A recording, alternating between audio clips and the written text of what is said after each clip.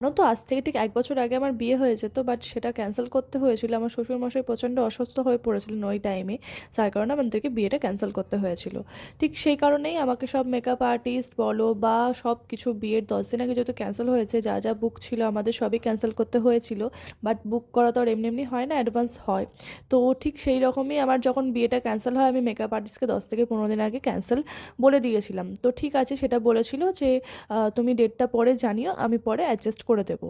তো এরকম আমার আরেকটা মেকআপ আর্টিস্ট যাকে আমি রিসেপশনে বলেছিলাম, সেও বলেছিল, মেহেন্দি আর্টিস্টও বলেছিল।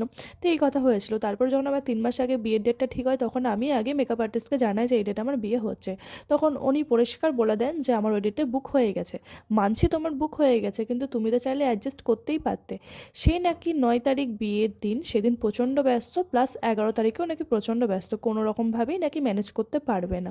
যে জায়গায় আমি অ্যাডভান্স করে রেখেছিলাম 1 বছর আগে, আর কোনো একটা কারণের জন্য আমার বিয়েটা ক্যান্সেল হয়। বিয়ের জিনিসটা তো আর এমনি এমনি ক্যান্সেল হয় না, যখন খুব বেশি বিপদ হয় তখনই একমাত্র ক্যান্সেল হয়।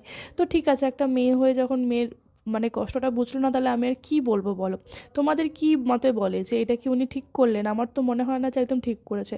আচ্ছা, তুমি অ্যাডভান্সের টাকা দিয়ে আমাকে একটা হালকা করে মেকআপ করে দিতে পারতে, বাট সেটাও করতে কিন্তু উনি রাজি হলেন না। কী আর করবো, আমার কপালটা এতটা খারাপ, আমি ভাবতে পারিনি যে এরকমভাবে আমি ঠকে যাব। আজকে আমি অ্যাডভান্স করে রেখেছি যে আমি ওর কাছে সাজবো বলে। আমি আগের বিয়ের ডেটটা ঠিক হয়েছে আমি জানিয়েছি। দিক থেকেও চেষ্টা করা উচিত ছিল, বাট উনি চেষ্টা করেননি। চলো তাহলে সেই মহান ব্যক্তিটার নাম তোমাদের সাথে শেয়ার করি। তার ফেসবুকের নাম আছে কিয়ানাজ মেকওভার, আর একটা নাম আছে প্রিয়াঙ্কা বর্মন। তোমরা যদি ওনার জায়গায় থাকতে বা আমার জায়গায় থাকতে, তোমরা কী করতে কমেন্টে কিন্তু অবশ্যই জানিও।